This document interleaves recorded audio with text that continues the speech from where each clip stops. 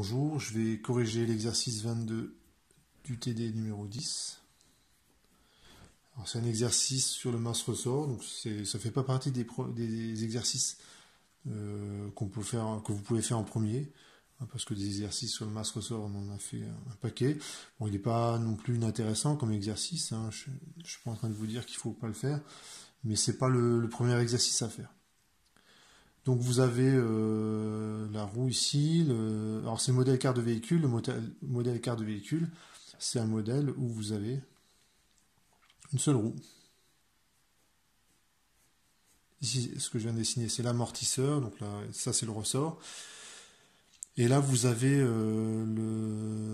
lorsque vous avez pris votre cric, hein, la distance ici, on vous dit que ça va jusqu'à 40 cm.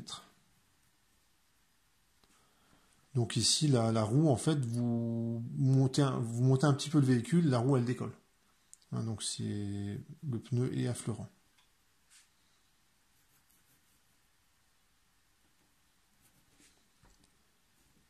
Avant que je soulève le véhicule, donc là, cette fois-ci, le ressort il est comprimé, et on vous dit que la distance AM, elle vaut 25 cm.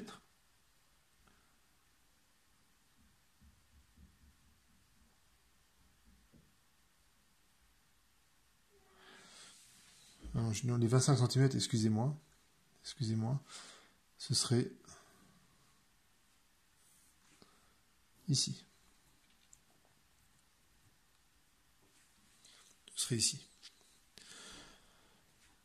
Lorsque, comme la masse de la roue, elle est supposée négligeable, donc ce qui est discutable, hein, si vous avez déjà changé une roue, vous savez que c'est pas si négligeable que ça, mais dans cet exercice, on suppose que la roue est négligeable.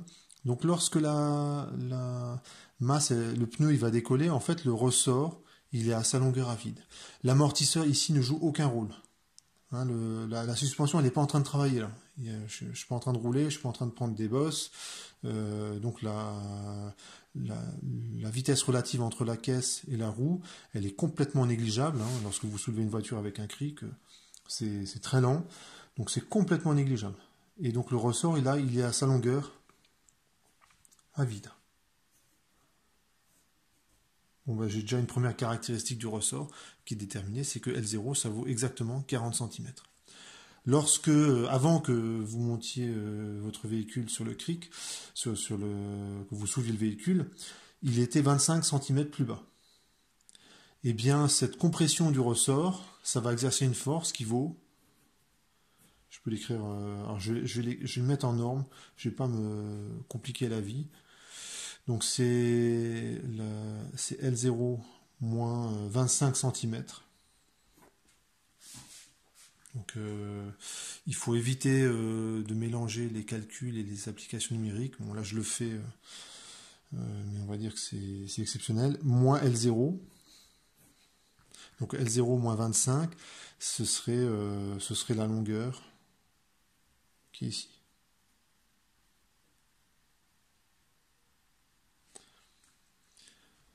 Et ça, c'est exactement, ça compense le poids. Hein, lorsque le sens de cette égalité, ça correspond à cette situation, la voiture elle est immobile, la force qu'exerce le ressort compense exactement le poids. Donc on remarque, voilà, on a une petite simplification, et donc on a mg. Alors 25 cm, c'est 0,25 mètres. Pensez à la conversion d'unité, si vous ne voulez pas faire d'erreur d'un facteur 100. Quand on fait l'application numérique avec m qui vaut 1200 kg, g qui vaut 10, par 0,25, fois 10, 0,25, ça fait combien ça? Ça fait...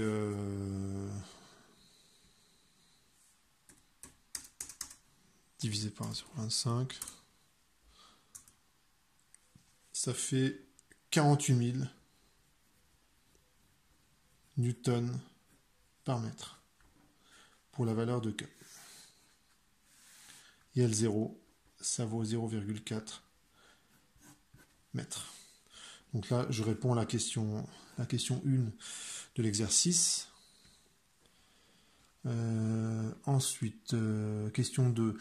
On veut que la suspension travaille en régime critique. Donc ça c'est logique, hein. Je veux pas que ma suspension elle fasse osciller de trop mon véhicule, hein, sinon ça va nuire au confort des passagers et à la tenue de route. Et je veux pas non plus avoir des suspensions trop raides avec des amortisseurs qui amortissent trop. Donc le bon compromis c'est le régime critique. Donc je vais écrire l'équation différentielle. Je vais établir l'expression du facteur de qualité et dire qu'il vaut 1,5. Donc le référentiel terrestre supposé galiléen. Le système que je vais étudier, c'est la masse. Donc c'est mon quart de véhicule, juste la masse. Le bilan des forces, vous avez le poids qui agit, la force du ressort et la force de l'amortisseur qui est proportionnelle à la vitesse. Donc c'est du type moins lambda fois V. Le PFD, M fois l'accélération, c'est le poids plus F moins lambda V. Je remplace donc l'expression de la force de rappel du ressort. Alors le extérieur, je vais prendre un axe vertical ascendant, je l'appelle X. Ça c'est ma masse. Ça c'est le ressort, l'amortisseur, la roue. Donc X ça repère la position de la masse. Et la longueur du ressort, on va dire que c'est X. Je prends une roue qui est infiniment dont le rayon est négligeable, ou éventuellement je prends l'origine de l'axe des X au centre de la roue. Donc on va dire que c'est un détail dans cet exercice-là. U extérieur, mon système il est là, je suis à cette extrémité-là de ce ressort-là, donc le extérieur il est vers le haut.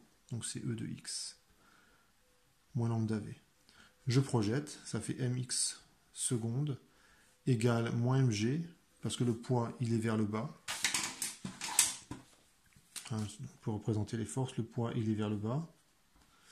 On va dire que la force de l'amortisseur, allez, je la fais vers le haut, pour que ce soit plus facile à représenter. Et la tension du ressort, grand F, on va dire que c'est vers le haut, a priori c'est le cas, pour une suspension. Donc ça fait moins K, X, moins L0, moins lambda, X point. Je réécris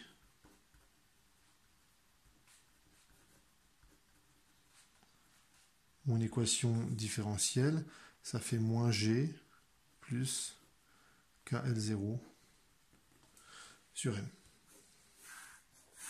Ça c'est mon équation différentielle, je la mets sous forme canonique pour faire apparaître le facteur de qualité et oméga 0. Donc ça, je dis que c'est oméga 0 carré.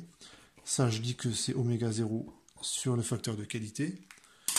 Donc, bon, et je le recopie.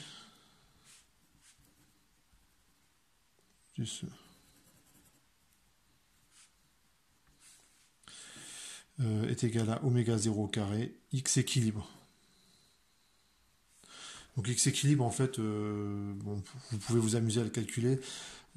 Ça vaudrait L0 moins mg sur K. Je vous laisse le faire en exercice. Et oméga 0, ça vaut racine de K sur M. Et le facteur de qualité, sauf erreur, ça fait racine de Km sur lambda. Donc on a cette équation-là, cette expression de x équilibre, et l'expression du facteur de qualité qui vaut 1,5 en régime critique.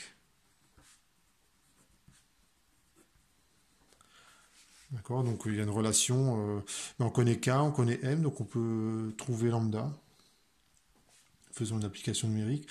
Lambda, ça vaut, ça fait 2 fois racine de Km. Donc ça fait 2 fois racine. Car on avait dit que c'était 48 000 fois la masse, 1200. Donc une petite application numérique.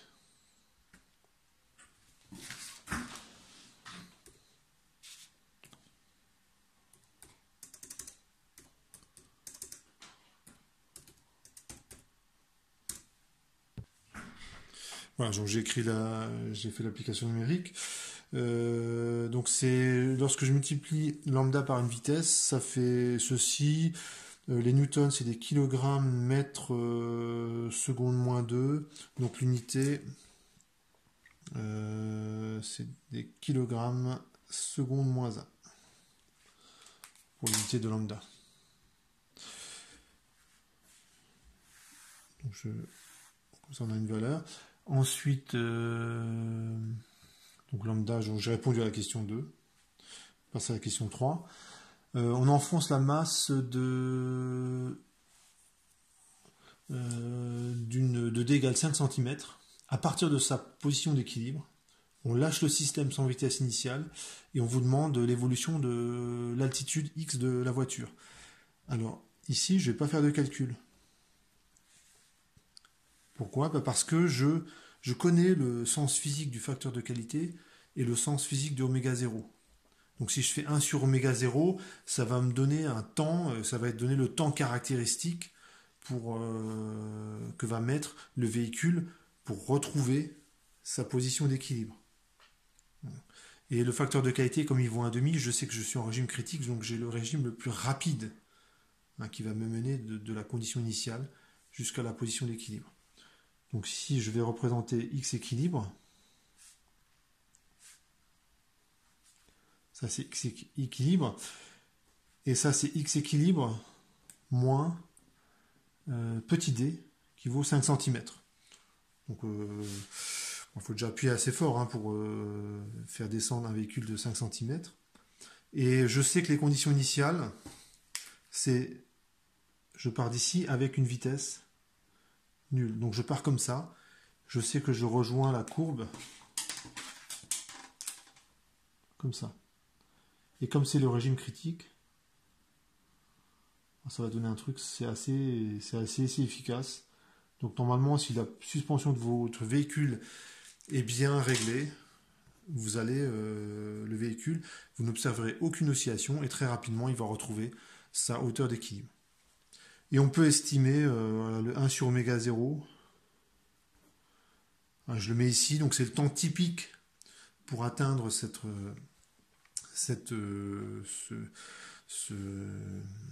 régime, atteindre l'équilibre. Et quand on fait l'application numérique, ça fait 1 sur oméga 0, ça fait... j'ai fait l'application numérique, je trouve un temps caractéristique de 0,15 secondes, donc un dixième de seconde. Donc c'est vraiment, voilà, c'est quand même rapide, un dixième de seconde. Voilà pour la question 3. Donc l'intérêt de cette approche-là, c'est que je me suis pas amusé à résoudre l'équation différentielle. J'écris directement, je sais quel est le comportement de mon système en régime critique. À la question 4, j'ai alourdi mon véhicule. Donc par exemple, je fais un déménagement ou je pars en vacances, et donc il y a 1 tonne de plus dans le véhicule. Alors, avec les occupants et les bagages, c'est tout à fait possible. Et dans ce cas, le facteur de qualité, on n'est plus en régime critique. On n'est plus en régime critique. Donc on peut refaire l'application numérique pour le facteur de qualité et oméga 0, et on va voir ce que ça donne. Voilà, j'ai fait l'application numérique, donc je trouve un facteur de qualité qui a légèrement augmenté, et j'ai oméga 0 qui a légèrement diminué. Donc ça, vous pouvez, vous savez que si vous alourdissez le système, il va osciller moins vite. Donc c'est effectivement ce qu'on constate. On passe de 6,32 à 4,67, donc ça fait une diminution d'à peu près 50%. Et le facteur de qualité, il augmente un petit peu. Donc là, cette fois-ci, je suis en régime pseudo-périodique. Donc c'est pas un franc régime pseudo-périodique, parce que le facteur de qualité, je vous rappelle que c'est à peu près le nombre d'oscillations qu'on va observer. Donc on a un facteur de qualité qui vaut 0,67. Donc en gros, au maximum, on verra une petite oscillation du système. Donc sans faire aucun calcul, on peut déterminer la forme de x de t. Donc je vais replacer x équilibre.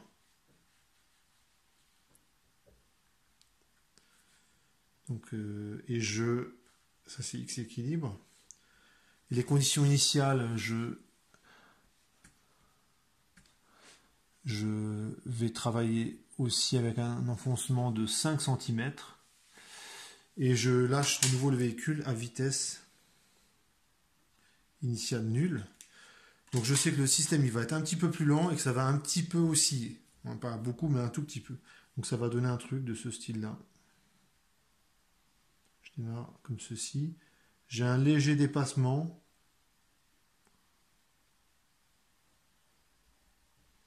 Donc ça aussi très légèrement autour de la position d'équilibre. Donc c'est à peu près... je vous invite à regarder, si vous ne l'avez pas déjà remarqué, c'est par exemple, vous déménagez, le véhicule est vraiment chargé, vous descendez du trottoir parce que vous avez mis votre véhicule sur le trottoir, c'était plus pratique pour déménager. Et lorsque le véhicule descend du trottoir, et ben, on voit que ça oscille un petit peu, effectivement.